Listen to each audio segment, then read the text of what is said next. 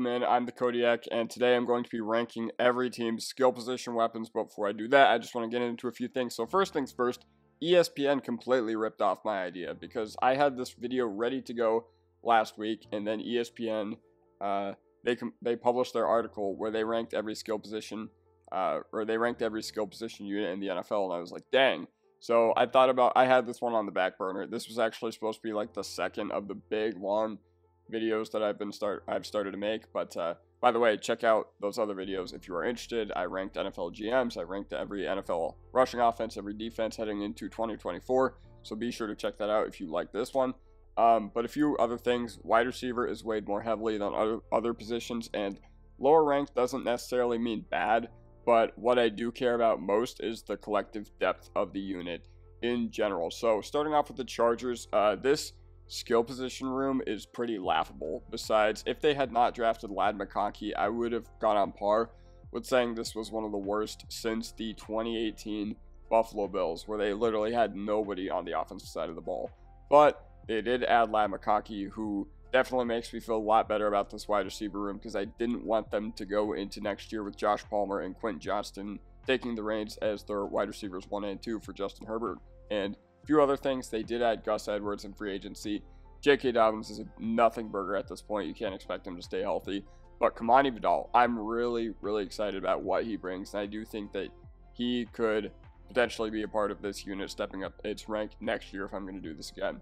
Now, with the New England Patriots, this team is deep with a lot of unproven, because yeah, you have Ramondre, who has been a very, very good back throughout his time in the NFL, but other than that, what do you have really that can make you feel good about the team? Like, they have a lot of good young talent, but we haven't seen much from Pop Douglas. We haven't seen much from we haven't seen anything from Ja'Kalen Polk and Javon Baker yet. Antonio Gibson, he found a new home with the Patriots. He really has not gotten going with the Commanders throughout his time there, but they do have a good rusher in Kevin Harris, one guy who tore up the SEC, so we'll see if he starts to get snaps in the NFL. But this is a team that overhauled its skill position group.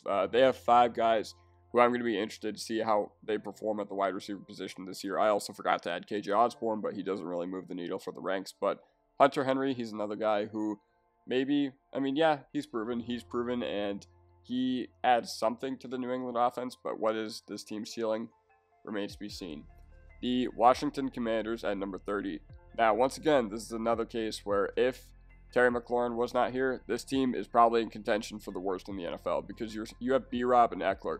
B-Rob has pleasantly surprised me throughout his tenure in the NFL. I thought he was just going to be a 2-down grinder, and I thought he didn't really offer much to the Washington Commanders, but last year he kind of proved me wrong. I thought Gibson was going to be the leader of the backfield, and it turns out that B-Rob was what Sam Howell preferred when he was checking down. Now, they did add Washington Eckler.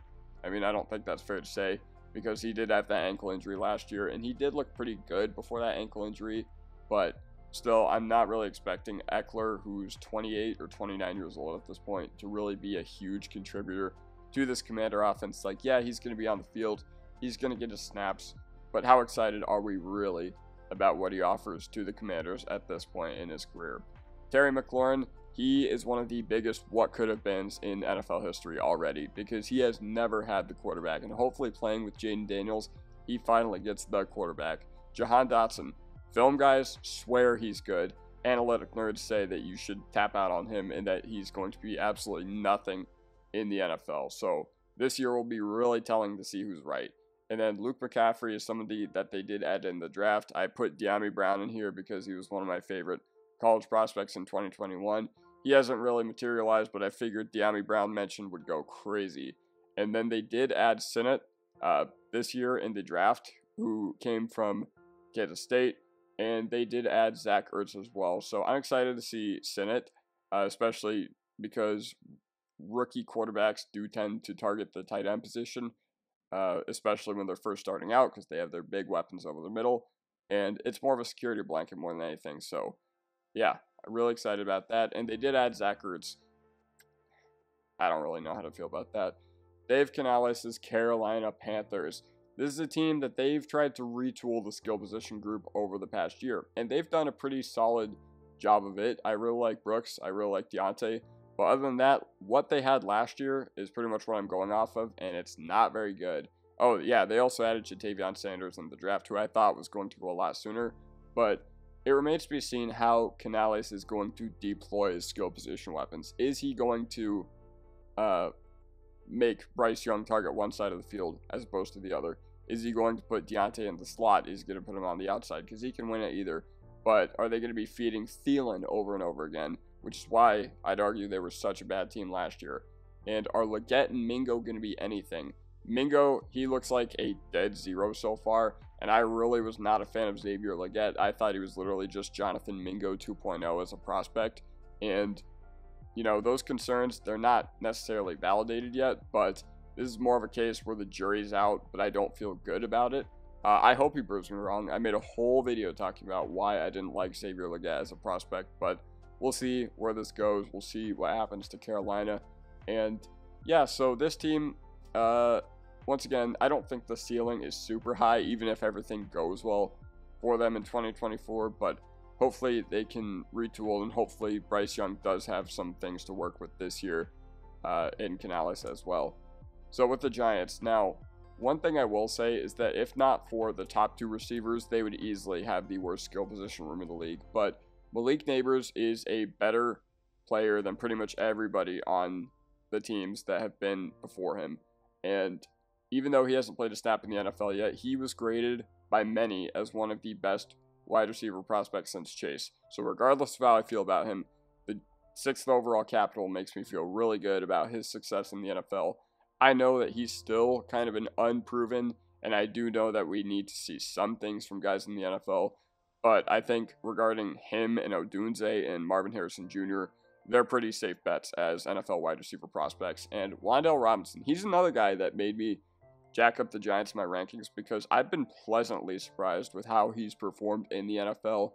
When he was at Kentucky, I thought he was just, you know, another 5'8", 185, like just trash receiver who was going to be good in college football, but not good in the NFL. And he's proved me really wrong. So I'm really happy that I was wrong about Wan'Dale Robinson. I'm a huge fan of his game and what he offers. And Devin Singletary is like, he is what he is at this point. He's a reliable, steady lead back, but ultimately, I think Tyrone Tracy, this could very well be his backfield because he was one of the best yards after contact players in the country in college football, and I think he fits more what the Giants want to do. I think he's going to give them that element of like juice to keep a drive going, and they also have Eric Gray, who backed up Saquon last year, Darius Slayton, and Jalen Hyatt. Slayton, he is what he is at this point. Steady veteran presence. He's going to get you like 700, maybe 750 yards a season. But other than that, that's kind of his ceiling. He's more of a locker room presence more than anything else. Jalen Hyatt. He's another guy who they took in the 3rd round last year. Biletnikoff winner in 2022. It looks like a lot of that was manufactured production, though, playing with Hooker and Cedric Tillman at Tennessee.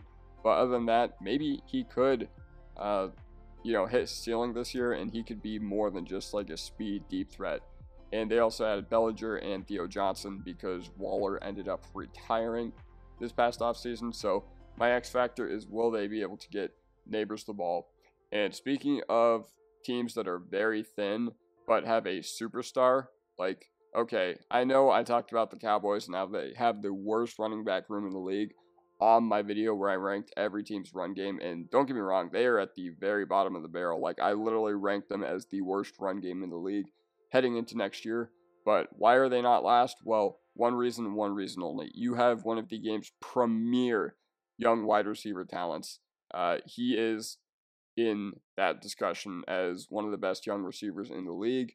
Same with guys like Justin Jefferson, Jamar Chase, CeeDee Lamb, and Amon-Ra St. Brown, and all those guys are absolutely electric. Now, we all know that pretty much everybody has Jefferson as number 1, and that's completely valid, but as far as who's behind him, I mean, it's a discussion at the very least. Even if you do prefer Chase, you have to acknowledge that Lamb is up there too, and we'll see. We'll see what happens with the Cowboys this year, but one of the reasons why I'm expecting some regression from Dallas is because, yes, they are a team who always, when an NFC bottom feeder comes in, they'll put up 40 points. But how will they fare when the game gets tough? Will the defense get the big stop? And with such a big downgrade at defensive coordinator, going from Dan Quinn to Mike Zimmer. I think this team could be in trouble in 2024, and then you're going to lose Dak in the offseason probably. 26, Broncos. This team is deep with a lot of meh, because they have 5 guys on the running back depth chart who you could reasonably give touches to, and I don't think anybody would be complaining about it. No, like, oh, why is this guy getting touches? He's so unexplosive.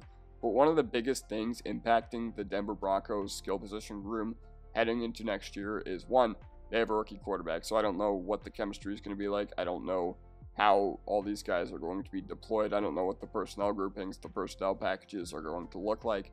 2, there's a lot of health questions involved because Javonte Williams, Tim Patrick, and Greg Dulcich are 3 guys that have really struggled with health over the past few seasons. Now, Javonte Williams actually was on the field last year, and he got a lot of touches, but ultimately he didn't look that great with those touches, but it's his 2nd year removed from the ACL, and history tells us that the 2nd year removed from the ACL is the most important one, and he's still a guy who he doesn't really rely on speed for his game to be successful, so he's not really someone who you need like ripping off big runs or anything like that. He was always a contact threat, but regardless, I wish he showed a little more, but no big deal.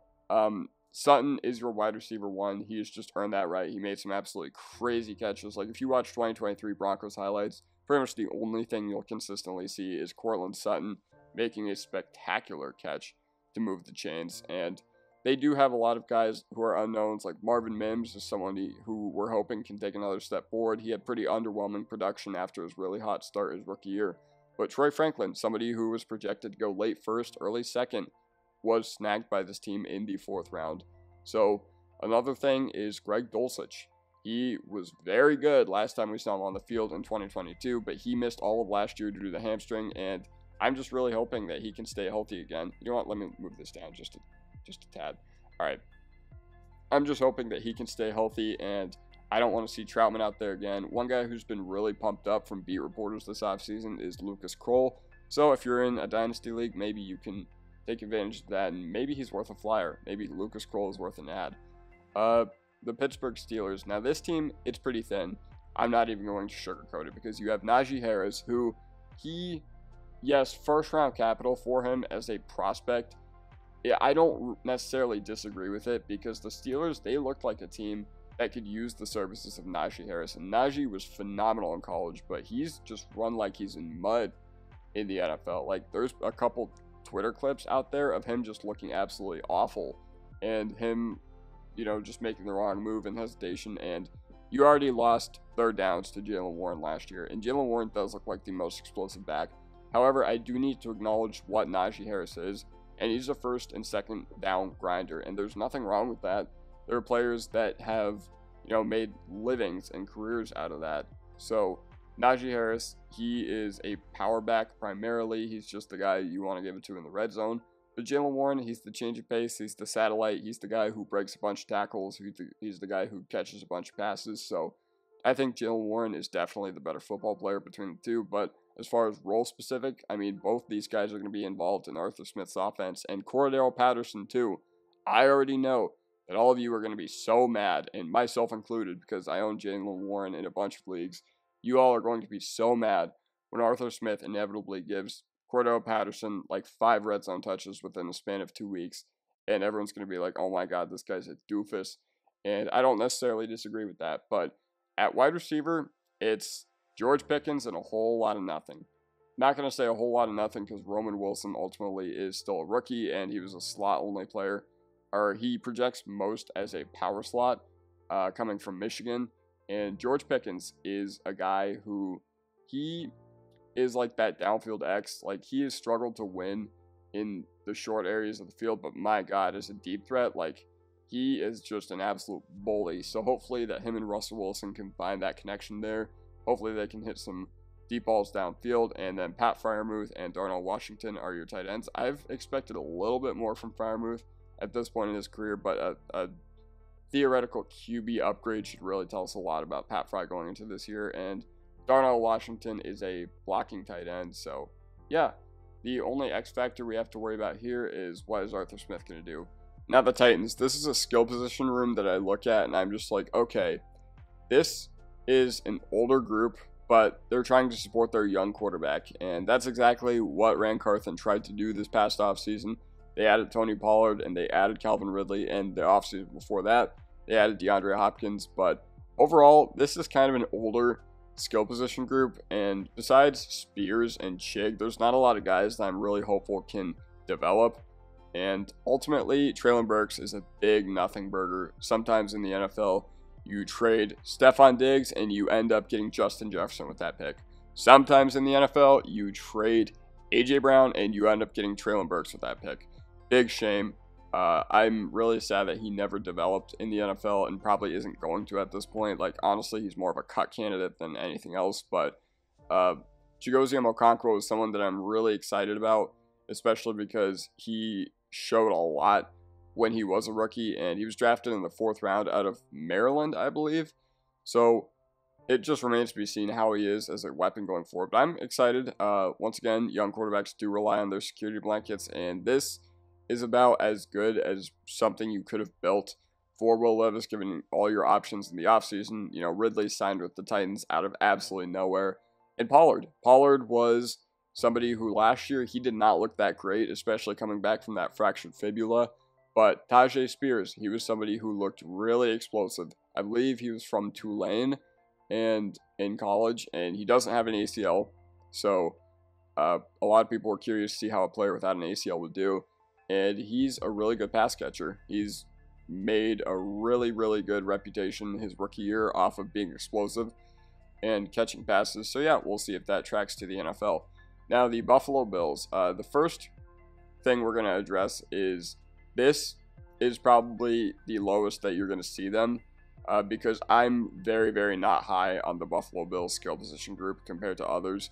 James Cook, I think he's a good player, but they added Ray Davis, so we'll see if James Cook is still getting the lion's share of the work from the running back room. I do think he is, because they started winning games last year when they ran their offense through James Cook rather than their passing attack. And Curtis Samuel is somebody who we've never really seen step into like a big role, so this is his first chance. And Khalil Shakir, he looked really good last year on limited opportunities, and there's a large portion of people out there who believe that Keon Coleman was criminally misused at Florida State. So this year is going to be really telling. This year is going to tell us a lot about how good Keon Coleman actually is, because what the Bills are doing here, it reminds me of the Chiefs over the past 2 years where, all right, maybe we don't have the means to actually go out and try to solve our wide receiver position, but we're just going to get a bunch of role players and hopefully they hit. Dalton Kincaid is somebody who, I mean, when Gabe Davis was your wide receiver too, I thought taking Dalton Kincaid in the first round was absolutely foul. But Kincaid showed a lot his rookie year, and he's somebody who I could see him being a really, really good weapon for Josh Allen and the Buffalo Bills in the red zone. So Dawson Knox is someone who I'm really surprised they extended in the first place. And, yeah, that pretty much does it for the Buffalo Bills. The Jacksonville Jaguars. So, once again, I don't know who's going to call plays between Doug Peterson or Press Taylor for the Jacksonville Jaguars, but Travis Etienne and Tank Bigsby. Let's just talk about those two guys first. So Travis Etienne, one of the premier backs in the NFL. There was not a lot of hype and steam about him last year, and a lot of people thought that Tank Bigsby could close in on taking his job and potentially taking a lot of work away. But Tank Bigsby did not look good last year. Very inefficient. He looked like he was moving in, but he looked like there were rocks in his cleats. Like, he was nowhere close to the player that he was at Syracuse. So I'm really curious to see if he just needs another year to just settle into the NFL, or he's a complete nothing burger. But I'm really not optimistic, because however you are as a running back, that is how you come in, like how you are in college, that is how you come in to the NFL. And Dearness Johnson was getting a lot of work ahead of him. But regardless, Etienne is still one of the best young running backs in the league. So as far as who gets to work in this backfield, it's going to be Etienne with an 85-90% snap share again. Now, the wide receivers, they did add Brian Thomas Jr. out of LSU, and they did add Christian Kirk and Gabe Davis in free agency. So these are three guys who can play hyper-specific roles. Gabe Davis is going to be, you know, your boom-bust deep threat. Brian Thomas Jr. is going to be your developmental, like, high-ceiling guy, and then Kirk is going to be your slot. Zay Jones isn't there anymore, is he? No. So Christian Kirk, he really struggled when Zay Jones was there last year, which was really bizarre. It was really bizarre, that dynamic that was going on. But Evan Ingram was kind of who their passing game funneled through last year, and he had a really, really good season. So I was pleasantly surprised with what he offered. Let's see how Trevor Lawrence does, and let's see if he can play up to that new contract. Now, I know a lot of you are going to be really mad about this ranking, but Nick Chubb is not going to be the same player that he once was, that he was before week 2 last year against the Pittsburgh Steelers. And I'm going to give you a salute. I'm going to give Nick Chubb, his flowers, because I've been watching him over the past 6 years, and he's one of the players that has been instrumental in the Browns turnaround, and he's one of those players that's absolutely nostalgic. Just watching him every Sunday, and you get grown to these guys, or you get attached to these guys, even if you don't have them in fantasy, even if you don't follow the team in particular. But Nick Chubb is not going to be the same player that he was last year or before last year. I'm sorry, but that's just the nature of older running backs who get hurt, that rely on power so heavily. And Jerome Ford and whoever else was getting the carries last year, Kareem Hunt, all those guys, it looked rough. I'm not gonna lie, any running back besides Chubb last year on the Browns, yes, I know Ford did have his moments, but still, at times it had a propensity to be really inefficient. I know Stefanski was never going to shy away from the run game, since he really likes to run the ball. But man, sometimes last year was brutal. But Amari Cooper, he does have those 2 or 3 games a year where you're just dang, wow, this guy could be a legit top 10 receiver in the NFL, and then the rest he just completely disappears, and you're just where has this guy been all along? But they added Jerry Jeudy in the offseason. I thought 3 years, $60 million was a little rich for what he's shown in the NFL, but they're making a bet on him developing and who he was as a prospect more than anything else, rather than what he has become in the NFL. Another guy they swung on last year is Elijah Moore, and Cedric Tillman and David Bell. So they have invested into this wide receiver room. They've tried to get it right because they traded a 2nd round pick for Elijah Moore. They've drafted Tillman and Bell in the 3rd round. They traded a 4th and a 6th for Jeudy, and they gave him a bag. And I know they didn't trade that much for Amari Cooper or Jerry Jeudy in terms of draft capital, but they have a lot of salary cap resources allocated to them. And Njoku was really, really good last year. So Njoku will hopefully continue his connection with Deshaun Watson and continue to build on a really strong year last year, because he's somebody who we've never really seen get going in the NFL the way that we thought he could when he was coming out in 2017. And he got drafted in the 1st round by Cleveland that year for a reason. So, yeah, hopefully they can get some semi-competent quarterback play. The New Orleans Saints. This team just has a few unknowns, but ultimately, Alvin Kamara, as much as I want to say that he looks like he was kind of on the decline last year, it looks like he lost a step. He didn't lose 30 steps. He was still good last year. Don't get me wrong. But once again, older running backs, I'm just more cautious of and wary of. But the real big fish we got to focus on here is Chris Olave. One of the game's transcendent young wide receiver talents, and they gave up a lot to get him. But man, oh man, the player is absolutely incredible. So yeah, good job, Saints scouting department, on getting him. Same with Rashid Shaheed, literally undrafted out of Weber State, I want to say. Completely surprised everybody with his speed, and A.T. Perry as well. So the Saints, they keep finding, so this room is designed for Olave to be their wide receiver 1, and then they just keep finding gems and gems behind him. And they also have Juwan Johnson. Taysom Hill is in the red zone package, and Foster Moreau as well. But this team overall is aging, and I think the strength of this team is going to be their defense once again. So, and I'm not really expecting a lot from the Saints going into next year, but they do have some young skill position guys that I like, in particular Olave and Shaheed and A.T. Perry. So with the Arizona Cardinals, I know that this is a pretty aggressive ranking, but you are adding the best wide receiver prospect since Jamar Chase, and probably one of the best in a long time. So Marvin Harrison Jr., he completely revamps this team. It already was a relatively strong skill position group. I really like what they have at running back, because last year they had the best run game in the league from when Kyler came back. So week 10 onwards, they had the best run game in the league. No joke, no exaggeration. And they did that with guys like 29-year-old James Conner, Michael Carter, a guy who was a castaway originally at UNC. And then they added Trey Benson out of Florida State, who's a guy I really love. He can catch the ball. He can offer a lot of dynamic areas in his game. He's very versatile. So hopefully he materializes for the Cardinals as well. And Amari DiMercato is somebody who I'm also excited about.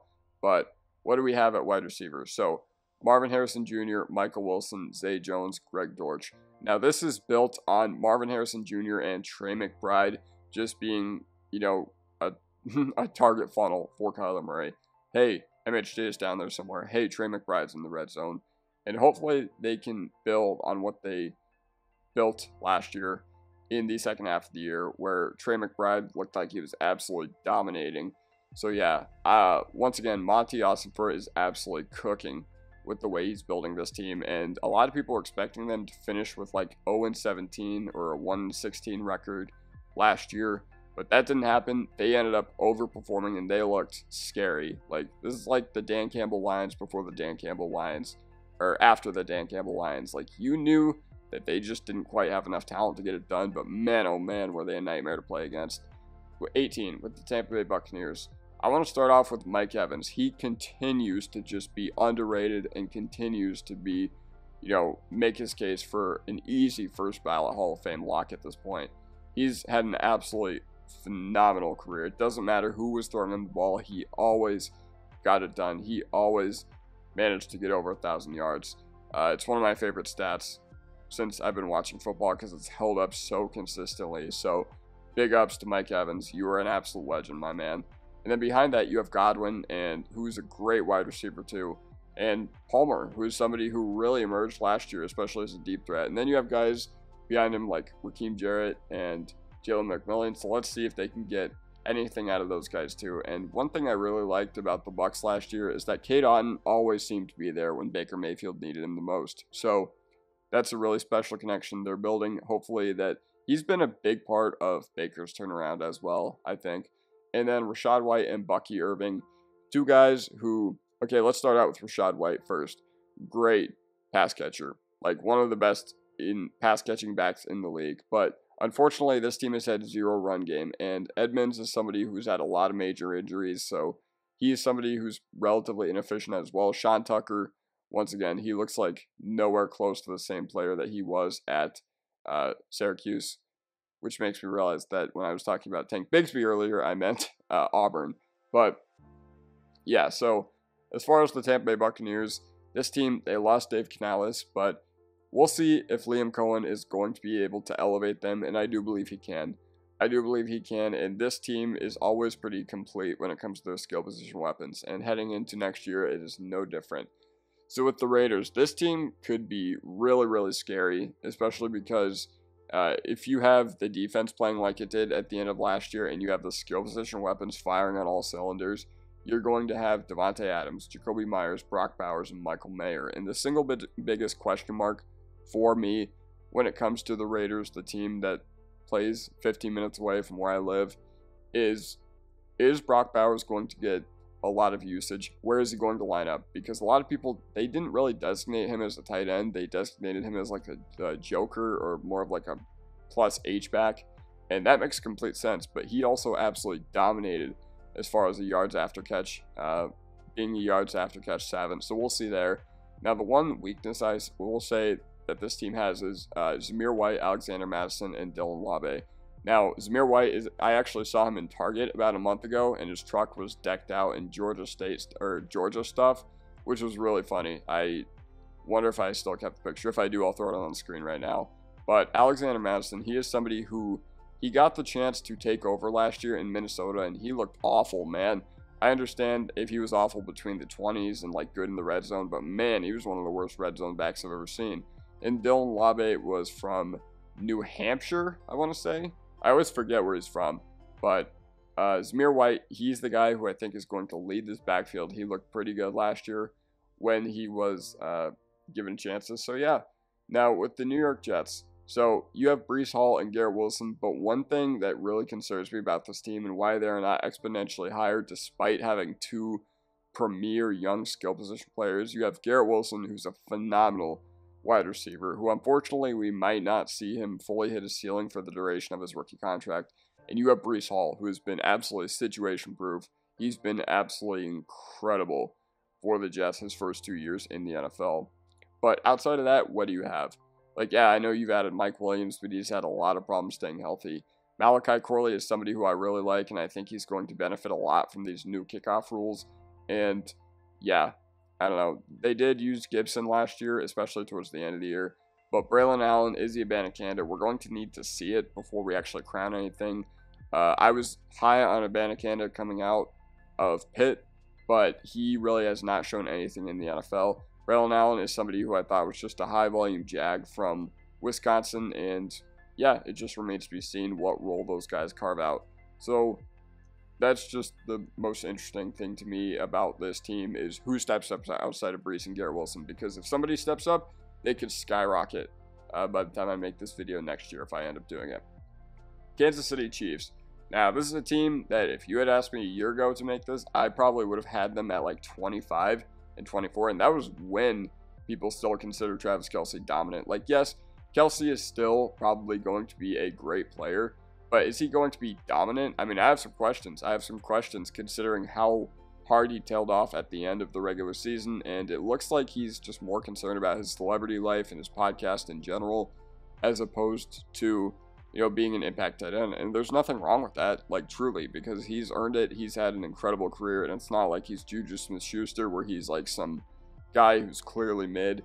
No, Kelce has been absolutely incredible throughout his career, but it seems like it feels like more of a personal thing that once you start building your brand, you start caring about football less. And if that's the way Kelce wants to do it, then by all means, if you want to hang out with Taylor Swift and, you know, live your celebrity life, I'm not going to tell you what to do. But behind Kelce, they added Jared Wiley, who I'm really high on, because they added him to be kind of the replacement. He's like a 1-to-1 athletic comp of Kelce, so that's an interesting story to keep an eye on. But as far as running back, you have Pacheco and a whole lot of nothing. Hopefully, Clyde Edwards-Helaire can step up. Clyde Edwards-Helaire is clearly never going to be what you thought he was when you were drafting him in the first round when he was taken out of LSU. Deneric Prince is somebody who was from Tulsa, and he got outplayed last year in the preseason by LaMichael Pirine. But Deneric Prince, he's big, he's fast, he's strong, he's everything that I think the Chiefs would want in like a red zone back. Even though I know McKinnon has been the red zone back over the past 2 years, but still, I think that either Deneric Prince or Keontae Ingram should at least deserve a shot in that role. Now, wide receivers. Rashee Rice, who knows what's going to happen there, but other than that, he's made a living off of, you know, being a screen merchant. He's not a screen merchant. He's just really good at catching screens. He's really good in the short yardage situations, and I really did not like him as a prospect, but he's proven me wrong. He's proven to be really effective in the NFL, and they added Hollywood Brown and Kadarius Toney, so you did get a lot of speed at the wide receiver, and this is going to open up the offense because you're not relying on Kadarius Toney or Sky Moore late in games anymore either. So we'll see what happens with the Chiefs going into next year. And the Packers. This one feels like a really aggressive ranking, but at the same time, you have 7-8 guys who, if they scored 2 touchdowns on any given week, I don't think anyone would be surprised. I don't think anyone would be surprised if I was like, oh, Jaden Reed, he had a 2-touchdown performance, and then next week, Dontavian Wicks, he caught 2 red zone targets, and then next week, oh, Dobbs caught 1, and then Kraft caught 1, even though I know Kraft was dealing with an injury in OTAs. I hope he's doing better now. But regardless, this group, make no mistake about it, is crowded. They've done a phenomenal job of building a young offense around Jordan Love. Excuse me. Best young offense in the league, in my opinion. Hold on, I'm going to hydrate real quick. And you have a perfect mix of youth and experience in your running back room. You have Josh Jacobs, who came over from the Raiders, didn't have that great of a year last year, but we'll see if he has a resurgent year. And behind him, you added Marshawn Lloyd, a guy who was great playing next to Caleb Williams at USC. And I think he's just a very much better version of A.J. Dillon. And yeah, A.J. Dillon, he's somebody who, I mean, I don't think he's that good. But Emmanuel Wilson is somebody who I do think is good. He looked absolutely phenomenal in the preseason last year, and hopefully he can develop going forward. But let's talk about these receivers individually first. Like Jaden Reed, he played the hybrid role really well last year, and since he's super duper fast and he's a really good separator, he's somebody that I'm excited to see how creative Matt LaFleur can be with him. Christian Watson was the boom bust outside deep threat, but when he's on the field, I think Love tends to prefer him over all the other guys. Romeo Doubs is somebody who, once again, was kind of like your contested catch, whatever. And Dontavian Wicks, a guy who really stepped up late into last year. I really like what he has to offer, and a lot of people swear that he's the best separator in this group. So, Luke Musgrave, he's also someone who I really haven't even talked about either. He's really, really good. Same with Tucker Kraft. They're both good, but I think Musgrave, I think he projects to NFL success a little bit better because they do have a little bit higher of an investment on Musgrave than Kraft. But if you're a Packers fan, you have an embarrassment of riches. So the only thing that's keeping me from absolutely crowning this group is we need to see one of them take a step up and be really, really nasty and just absolutely incredible. But other than that, this group is really, really good and looks really, really good. It's really deep. So let's go with the Indianapolis Colts and Shane Steichen's offense. Obviously, you have Jonathan Taylor, somebody who really hasn't gotten going since his 2021 amazing campaign. And hey, the running back position is extremely volatile, but what will help him undoubtedly is running right next to Anthony Richardson, one of who I think is going to be the best rushing quarterback in the league this year. And that includes everybody else. Think about all the great rushing quarterbacks in the league right now. Now you are adding Shane Steichen, who is the architect of the 2022 Philadelphia Eagles offense, the year where Jalen Hurts truly broke out. And you are adding them right next to Jonathan Taylor. You're adding Anthony Richardson, who is 6'4", 250, and runs a 4.4, 4.5 around that range. So this run game, when you're running next to a mobile quarterback, it helps everybody, and they only get more efficient. Evan Hull was somebody who I really liked coming out of Northwestern as well. Sermon is somebody who's kind of been around NFL teams, and I think he was on the 49ers. Yeah, he got drafted by the 49ers in the 3rd round in 2021. And same with Goodson last year. I feel really bad for him. Hopefully he bounces back after that mistake in the winner-take-all game. But we haven't even talked about the receivers yet. And Michael Pittman, he is a true wide receiver 1. He's just been, a little unlucky with QB play because originally when he was a rookie, he had to deal with Phillip Rivers, who was on the tail end of his career. And then you had to deal with Carson Wentz, who people swore that he was good in 2021, but ultimately he was shipped off to the Commanders with no current plan in place for the Indianapolis Colts to replace him. And then you have A.D. Mitchell, another guy who a lot of people are really excited about, and he offers a lot of ceiling, but some questions about the profile, but very athletic, can make any catch, so we'll see. Jury's going to be out on A.D. Mitchell. Alec Pierce is somebody who he hasn't really offered much besides when he first got into the league. But Jelani Woods, he's another guy, much like Greg Dulcich, who hasn't been healthy. They almost had similar arcs last year because neither of them really saw much of the field at all. And behind him, you have Granson and Mallory. But here's the thing. Jelani Woods was literally the most athletic tight end in NFL history when he tested at the combine. I think Zach Kuntz on the Jets actually tied him last year in relative athletic score. But I'm curious to see how much they pass for because Anthony Richardson, he's not projected just based on historical data to be a high-volume passer, but it wouldn't surprise me if they tried to get the ball to Pittman, they tried to get the ball to Downs, and then they used the pass to set up the run when usually it's the other way around. So with the LA Rams, the biggest question for me is what is Kyren's role compared to last year? Because you probably saw my video where I called Kyren the most overrated player on the Rams. Now, I don't think Kyren's a bad player or anything like that, but ultimately, my question is how often does Corum get the ball? Because last year, there was literally nothing behind Kyren Williams of any respect or legitimacy. Guys got cut last year in the middle of September, or in the middle of August and September, when it was time for NFL roster cutdown day, who were better than the Rams RB2 last year, who was some form of Ronnie Rivers, Zach Evans, Royce Freeman, and Darrell Henderson. So, Kyren Williams, he's already had issues staying healthy throughout his NFL career, and I think the Rams, they just want to limit his touches and make sure that he's available for the high volume games. But Blake Corum comes from Michigan, and he's really, really, really good. I think he was actually my pre-draft RB3. And considering he went to the Rams now, and if you're in a dynasty league, he was my pre-draft RB2. The only guy I even prefer over him is Jonathan Brooks, but Blake Corum is absolutely him. Like, I know he doesn't really have that high of receiving upside just based on how he was at college, but man, oh man, he was a good runner. And then, obviously, we had the guy who broke out last year in a huge way in Puka Nacua. Literally set every rookie receiving record, and he is the wide receiver 1 on this team. There's plenty of data out there for me to favor him over Cooper Kupp. And the only real question I have is not how good is Puka, because we know he's really, really good, but how good is Cooper Kupp?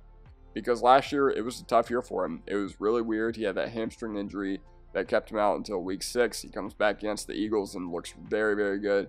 But ultimately, outside of that, there were a lot of questions. I have a lot of questions as Cooper Kupp going forward. And, you know, Sean McVay, he can scheme a player. He can scheme a guy like no other. And Cooper Kupp, he did have one of the best receiver seasons in the NFL ever in 2021. And after that as well, until he unfortunately suffered a season-ending injury in the middle of 2022. But other than that, he's been, you know, he's somebody who I would like to see more of. And I hope the Puka emergence doesn't show us who Cooper Kupp really is. I hope that it wasn't just McVay scheming him touches, but I don't think it was. Kupp is still a premier talent at the position. Might not be a top 20 wide receiver anymore, but you don't need to be at his age. He has nothing left to prove in the NFL, and he's such an unselfish dude that I don't think he cares. Tyler Higbee, he suffered that really bad hit in the wild card game, so yeah, we'll see about that. But Davis Allen is somebody who I'm really, really interested in to see if he can take that next step forward with the Rams. Now, 11, Baltimore Ravens. You are adding Derrick Henry running next to Lamar Jackson. That's going to be scary for offenses to deal with, assuming that Henry is still his same self, because once again, I know he's an older running back, but Derrick Henry is somebody who, let's see just how he does in this Ravens offense, because I'm interested to see how he does next to Todd Monken, and typically running backs who run next to rushing quarterbacks, they see all their efficiency stats go up, so that'll be interesting to see if Henry does that as well, if he's their power back, because Keaton Mitchell is probably going to be the change of pace back. I don't know if he's going to be ready for week 1, because he did suffer an ACL tear pretty late, decently late to the end of the season. I believe it was either November or December, around that time frame, so jury's still out there. But Justice Hill, he's never really going to be a guy that's going to carve out that much of a role on an NFL offense. But at the wide receiver room, this is a team that had really struggled to figure it out until they got their hands on a couple, and Zay Flowers was instrumental in turning this team's receiver room around. Zay Flowers has been absolutely awesome. He was a guy who I did not believe in as a prospect, but he has proven me wrong in every sort of way. Absolutely incredible separator. One of the best yak players in the league already. Like, I'm pretty sure that he only went down on first contact on 50% of his receptions last year, which is an absurd number. And Rashad Bateman, he is their X factor that I have listed on this list, because he's somebody who came in as a prospect, and he was nicknamed Bait God for a reason, because a lot of people really loved his game, especially because that was after the year that Justin Jefferson had come out, and a lot of people comped Bateman to Jefferson because Bateman had a lot of good traits that they thought would carry over to the NFL pretty well, and he just has struggled to get going. He's been injured. He has really not had a lot of chances to develop as the receiver that Baltimore was hoping that he would become. But one guy they did add is Tez Walker from North Carolina in the 4th round. And then obviously you have Mark Andrews and Isaiah Likely, 2 guys that have played exceptionally well at the tight end position. We know what Andrews is. He's a very steady tight end force. He's obviously one of the top 5 tight end talents in the league, but Likely did a great job filling in for him last year. So we'll see if Likely becomes more of a mainstay on this offense and can manufacture touches and maybe even split the room with Mark Andrews. And even if it's not like a full-on 50-50, maybe make it like a 60-40 or 70-30. No shame, because Andrews is a premier talent in the NFL. But Isaiah Likely, I believe out of Coastal Carolina, but I could be wrong. He had an absolutely incredible season last year. But yeah, I just still have a lot of questions about what their receiver depth looks like behind Zay Flowers. So the Seattle Seahawks. So let's get right into my X Factor, who I have as Jackson Smith and Jigba. I don't know why the Seahawks didn't try to get him more touches last year. I don't know why they just buried him on the depth chart and didn't really give him that many opportunities. Sure, he did make plays, and he has looked really good while he's been healthy, but unfortunately, he's in front of two guys who are longtime NFL veterans. DK Metcalf, he's a great player. He's an absolutely incredible athlete. He really broke out in 2020, and he hasn't looked back since. He's obviously one of the top 20 receivers in the NFL, and he may have peaked at this level, but there's nothing wrong with that. He has far exceeded anybody's expectations of him as a prospect, because a lot of people were just like, well, he's just a speed guy, but he's put up some great numbers in the NFL, ultra productive. He's really developed his game, and behind him is Tyler Lockett. Now, Tyler Lockett is somebody who he has kind of changed the way that the wide receiver position has been played, because a lot of people, I think they need to look at their longevity and they need to follow exactly what Lockett was doing. Lockett, he refuses to get hit, like, ever. He will always either go down or go out of bounds. And two, I don't know, maybe there's some, like, savvy veteran diet that Lockett follows that, has prolonged his career. Maybe there's some routine, and I know that a lot of these guys invest in their body, but you need to learn from the best. Like, I think if I was a quarterback, I'd be trying to learn from, like, guys who played forever, like Brady, and if I'm a wide receiver, I'm trying to learn from a guy like Lockett as well.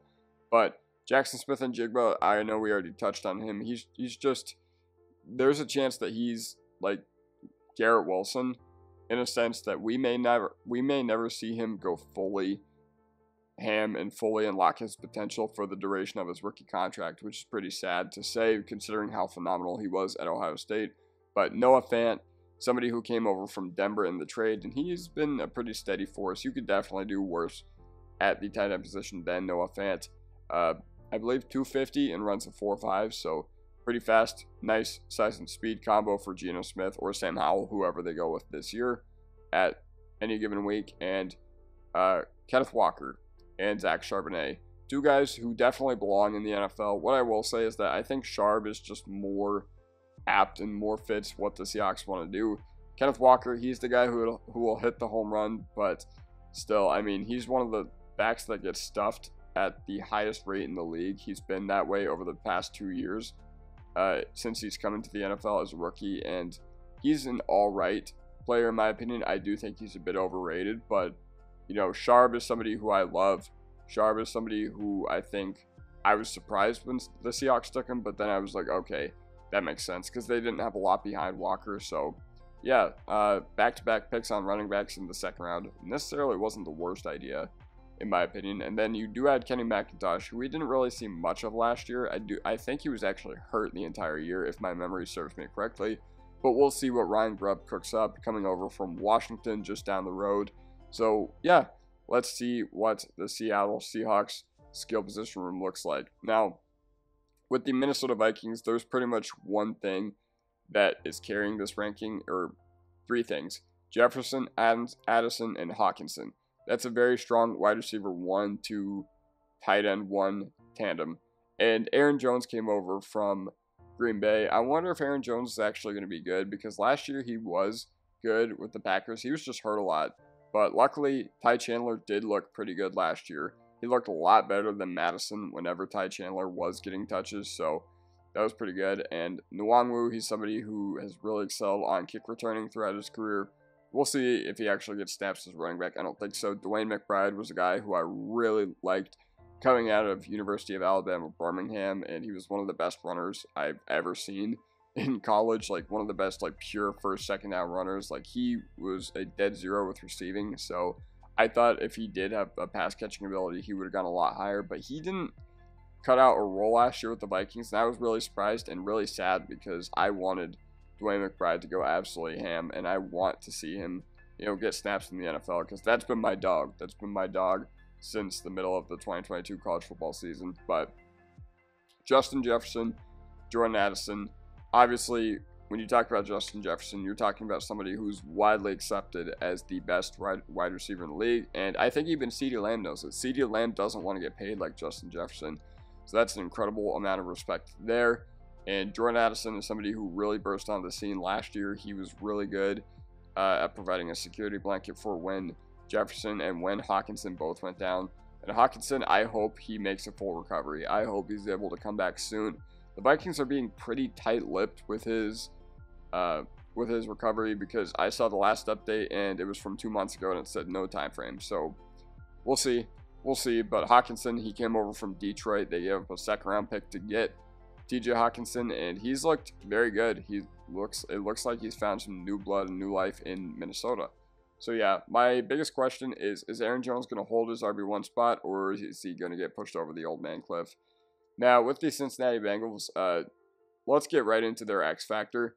Jermaine Burton. He's somebody who I thought was going to go, I didn't think he was going to go higher necessarily, but a lot of film guys who I really trust had him as the wide receiver 4 in this class, outside of Neighbors, Odunze, and Marvin Harrison.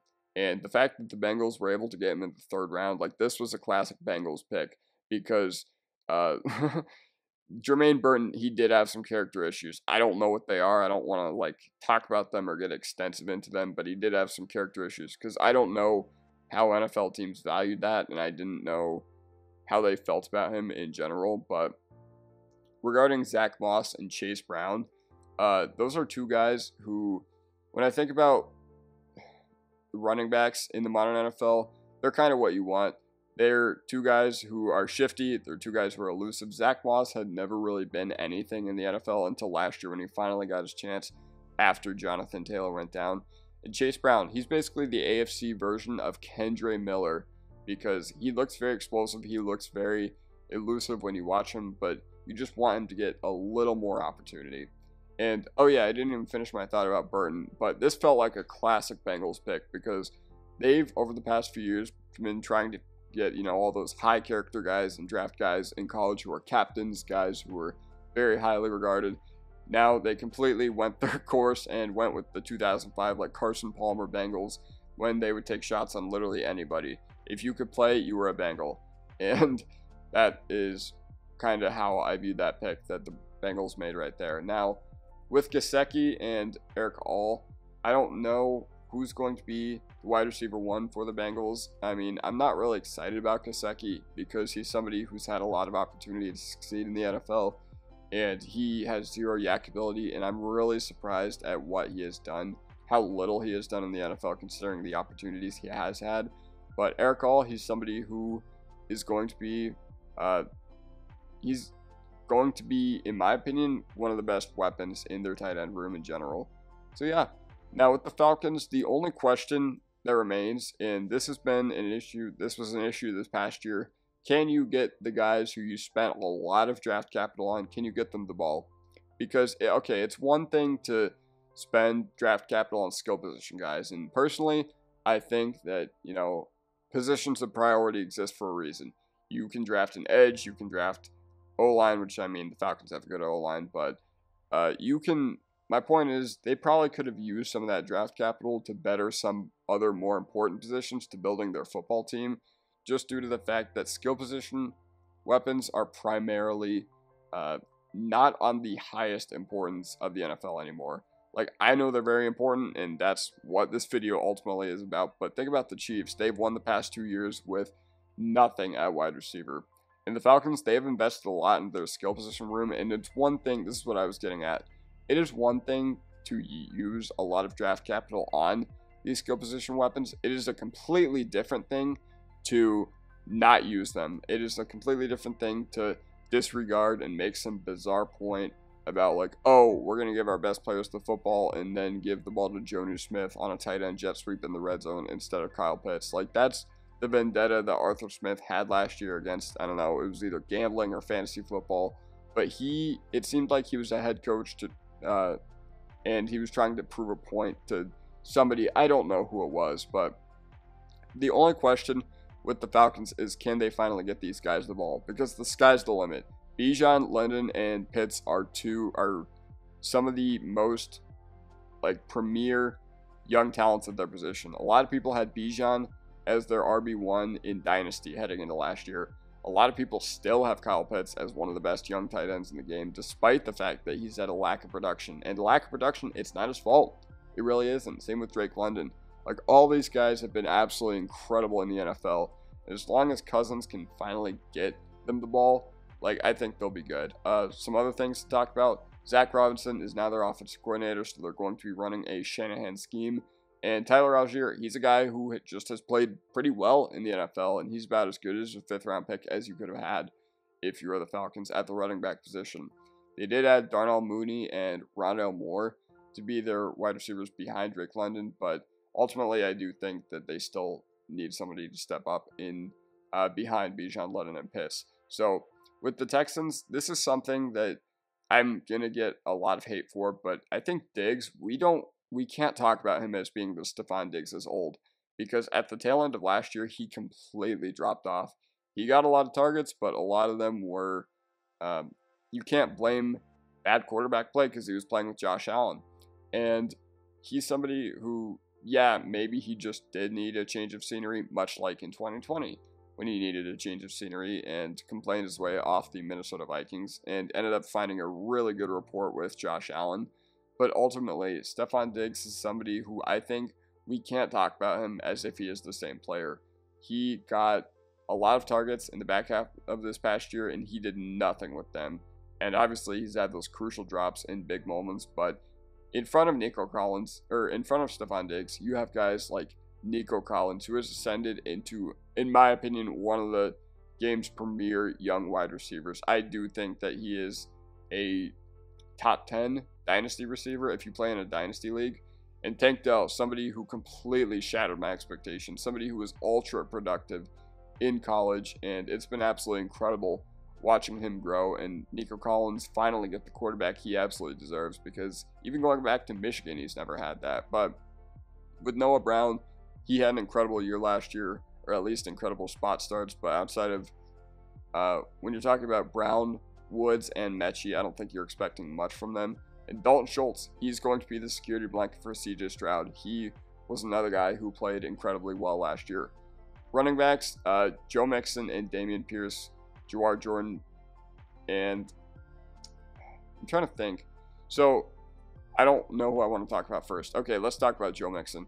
Coming over from Cincinnati, he's a guy who, he's going to be relatively inefficient, but you're going to give him the ball a lot. He can handle a big workload. He's been doing that since he came to the NFL, and he's a guy who can catch passes. He's basically like a do-it-all running back. He's a jack of all trades. Does he have an elite ceiling? No, not necessarily anymore, because he's definitely lost a step because the Bengals have used him so much over the course of his career. But Dameon Pierce, he's somebody who really looked like he was on the up and up, and then they put him on kick coverage last year, so I'm really confused about what happened there. He strangely fell out of favor with this new coaching staff, but Jawar Jordan, he's somebody who I've been seeing get a lot of camp hype because he has a relatively easy path to the RB2 position for the Houston Texans. So let's see where that leaves us. And ultimately, this is a team that I think is going to be really, really good. I think they're going to be good, and it's going to come off the back of having Nico Collins and Tank Dell for a full year. Tank Dell is still coming off that fractured fibula, so we might need to be a little wary, but yeah. So with the Detroit Lions, obviously this team has had a monumental turnaround because you have guys like Jahmyr Gibbs, you have guys who in the red zone can just punch it in like David Montgomery. And by the way, before people just talk about David Montgomery and he's not as good as Gibbs, they're playing different roles. And Gibbs, they spent 12th overall capital on last year. I really didn't agree with that. I thought it was absolutely egregious at the time. But you know what? Brad Holmes, he's an absolute stud. Same with Dan Campbell. They're absolutely goated at talent evaluation. So I have no room to judge anything that they're going to do. And it's proven by the NFC Championship appearance and how quickly they have turned around the Detroit Lions. Another pick I didn't really agree with was Jameson Williams. But first, I want to talk about David Montgomery. When you look at how many teams have struggled with the red zone over the past few years in the NFL, and a big reason why NFL offenses, like the quality has gone exponentially down, it's because they can't get it into the red zone. In Detroit, they've shown they like having a bruiser back. With Jamal Williams in 2022 and DeMont this past year and heading into next year, like, they are not wrong in their process at all and how they deploy their running backs, like, not even a little bit. But Jameson Williams, he's the biggest X factor, and the reason why is because behind Amon-Ra St. Brown, who's one of the game's best young wide receivers, an elite power slot, an elite chain mover, and the captain of the team as well, You have Jameson Williams, who has really been a coin flip in the NFL as far as, you give him the ball and what's he going to do with it? Because he struggled to get targets, and some of his reception perception data last year shows that he has been historically awful for first round picks, and he does not track well for future success in the NFL. And I think if you expect him to be a difference maker, this is kind of your last chance, because he's either a difference maker or he's not. And I'm very heavily leaning towards the side that he's not, but there's a 5% chance in me that symbolizes that I would not be surprised that if he were to turn into whatever they thought he would be after he got drafted when he came out of Alabama. And I know he had a torn ACL his rookie, or he was still recovering from a torn ACL his rookie year, but bro, he could not earn his way onto the field very easily. But once he did earn his way onto the field this past season, and once he finally did develop some of that confidence, like you saw in the NFC Championship, he took the second play of the game to the house. So, yeah. Now, with Sam Laporta, once again, just an absolutely home run pick by Brad Holmes and the Detroit Lions. They had a void to fill after losing TJ Hawkinson, and a lot of people are surprised that they didn't go with Michael Mayer, but Laporta, he has ascended into one of the game's very best young tight end weapons. So it's been pretty cool to watch the turnaround of this team. And Sam Laporta, he's an absolutely incredible red zone weapon. So yeah.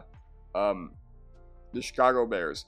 Now, this is mainly because of the top 3 receivers, but they have really good running backs too, and they also have a very competent tight end in Cole Kmet, a very good tight end at that.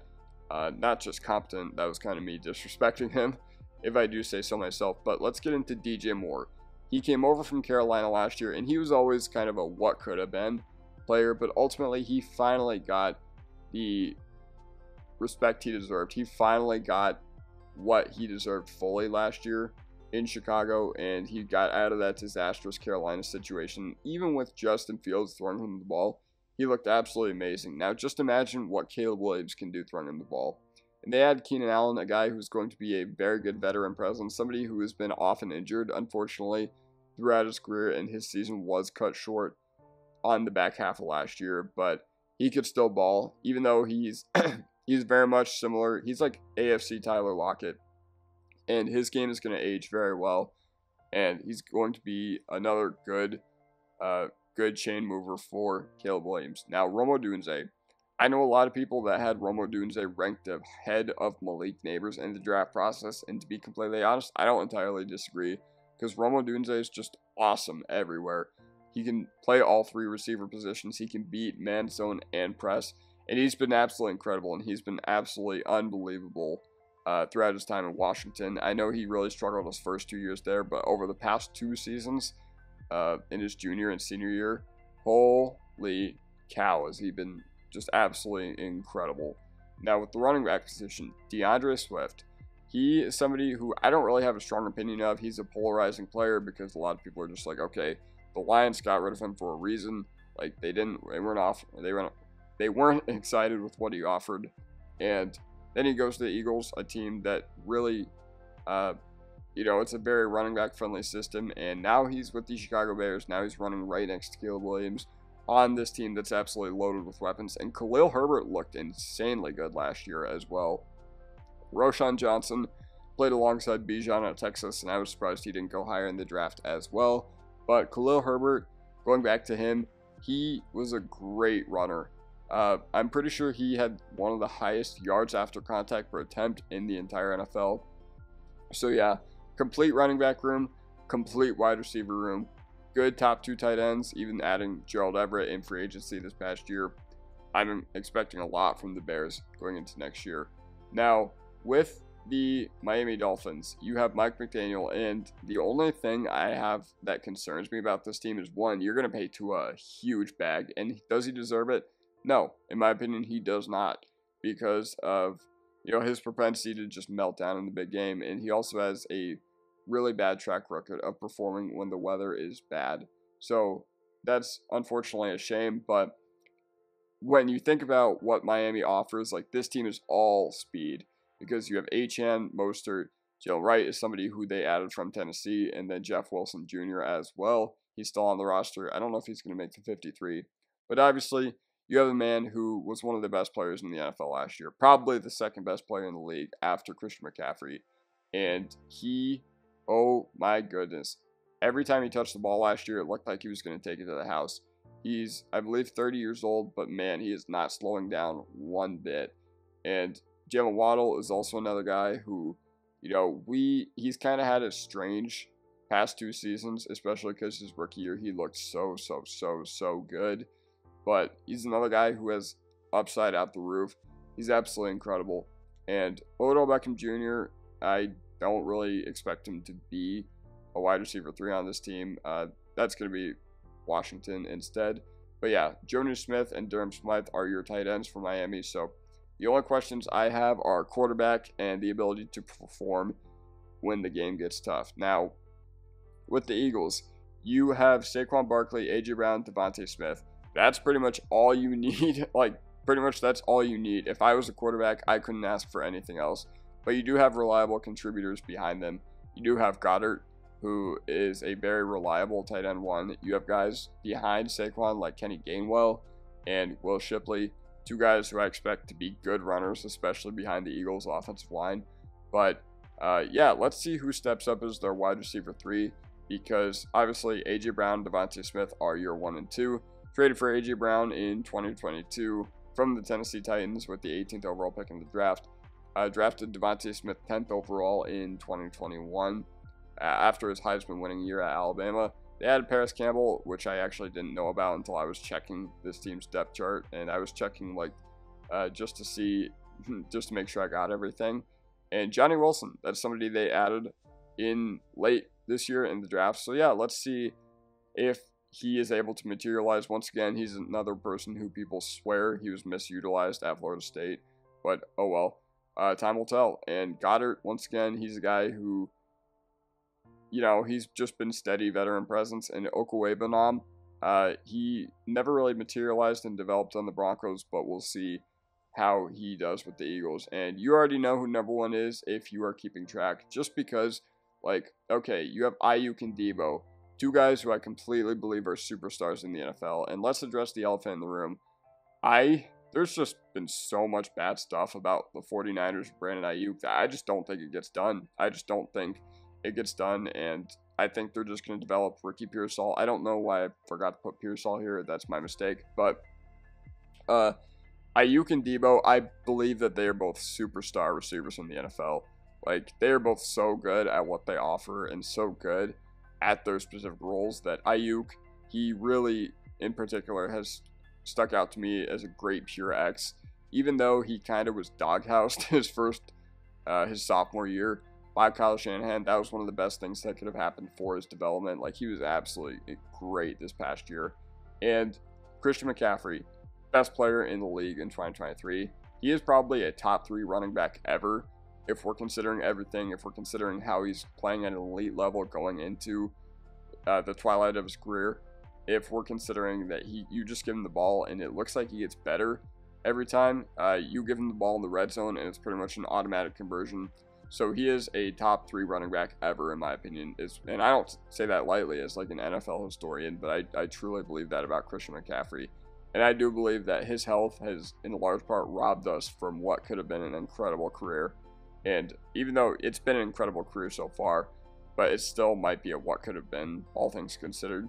And then you have George Kittle, a guy who, he is tough as nails, but man, I really hope he stops playing through injuries, just because I want him to live a long and happy life.